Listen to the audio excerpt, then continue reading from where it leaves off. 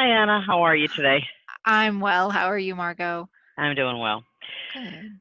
So, when we talked about doing this focus series, it was really a beautiful organic process that we went through. And we had these four modules that we built out because we were excited about the topics. Mhm. What was that process like for you? And what did you feel like we needed to focus on?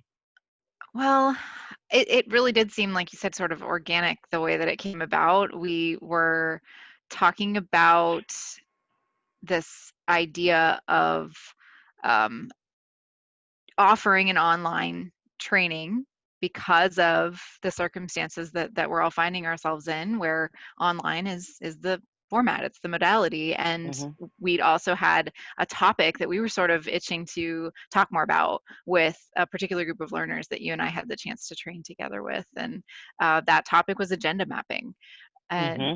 it came up organically in a training with this group of learners, and I think we just shared like a mutual i- interest, and it just kind of came up as like a spontaneous let's talk more about this. And then in talking about it, we found we shared so many similar styles in the way that we apply agenda mapping in our motivational interviewing practice, and also some differences. And so just kind of playing with ideas and sharing those different approaches felt useful to our learners. And we thought, why not keep the conversation going? And then through that, it just seemed like there's so many other topics that kind of flowed from that. Yeah, it seemed exciting in the process because as Yeah. we were talking about it, it's like, oh, you have this piece. That would be great and accentuates Hmm. what I have, and then Hmm. that will work back here.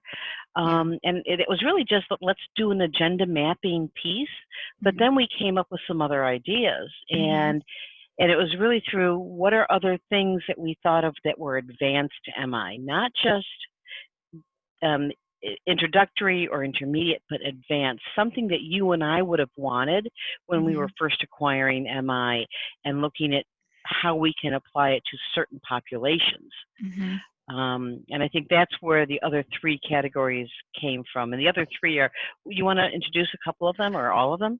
Well, so yeah, so I don't have it in front of me. This is an interesting opportunity to sort of share what it is, from just what it is. So the agenda mapping is the part one of this four-part series that we're offering, and the umbrella over it all is the focus series, and that really fit, I think, nicely with where agenda mapping can be useful in the four processes of motivational interviewing, Mm-hmm. when you're in that period of focusing together. And then from that, we talked about the experience of sort of moving into like the the current circumstances that we're experiencing right now in this online environment. So as we were developing an online training, we thought let's talk a little bit more about modalities and what it's like to work through these video telehealth platforms, and Mm-hmm. what that means about how we're all engaging with the world and being online, and the health behaviors that are connected to that, being at home, being um, virtual. And so that second topic is sort of really about that, the health behaviors, adaptive habits, adapt to the changing environment that we're all in. Mm-hmm. And some of the topics that came up are your expertise in adolescence, and those areas that are interesting to both of us. And then we move into like, okay, so while we're all sort of sitting with this environment of discomfort for some, and for many different experiences of this being, how do we make this, how do we adapt to this, this topic of self-compassion came up, and that's one that I've been really interested in.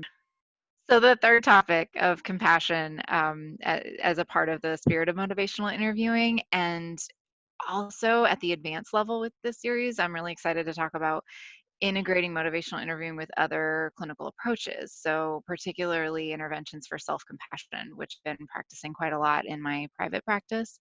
And I'm really excited to talk about that, and this component of compassion as an essential element of the spirit, and self compassion as a potential target for behavior change among our clients. And then that leads us into the fourth topic. So that one is also sort of like the focus series as an umbrella. I think that an underlying thread is also this idea of sitting with uncertainty, like connecting that back to ambivalence. When we don't know exactly what the world is going to look like, when we don't know exactly what our lives are going to look like. And so forming adaptive habits, practicing self-compassion and compassion for others can be challenging. And so we're going to talk a bit about how uncertainty is an element of the human experience and tying our experience back to our values. And so doing a deep dive on at an advanced level on values and what that means in MI practice. That sounds, here you put it all together, makes it feel so comprehensive, and it's really looking at the four processes. And what we're doing is we are addressing the four processes, and we're starting it all with engagement. And each phase is working off the engagement of an intermediate or a beginner kind of training, and then it's just adding on and focusing and evoking, and then finally we're looking at planning how to take care of ourselves in all of these. It's nice to see the four stages happening. This is going to be fun, and I'm hoping that people that attended are going to enjoy it as much as we have in preparing it, and we're going to be talking about it. Yeah, me too. I'm excited. Yeah, and the big piece that I think that you and I both bring to it is that it's going to be interactive. It's just not going to be didactic. We don't want didactic. We want it interactive. We want it very much in the spirit of MI, incorporating other techniques, but really in the spirit of MI.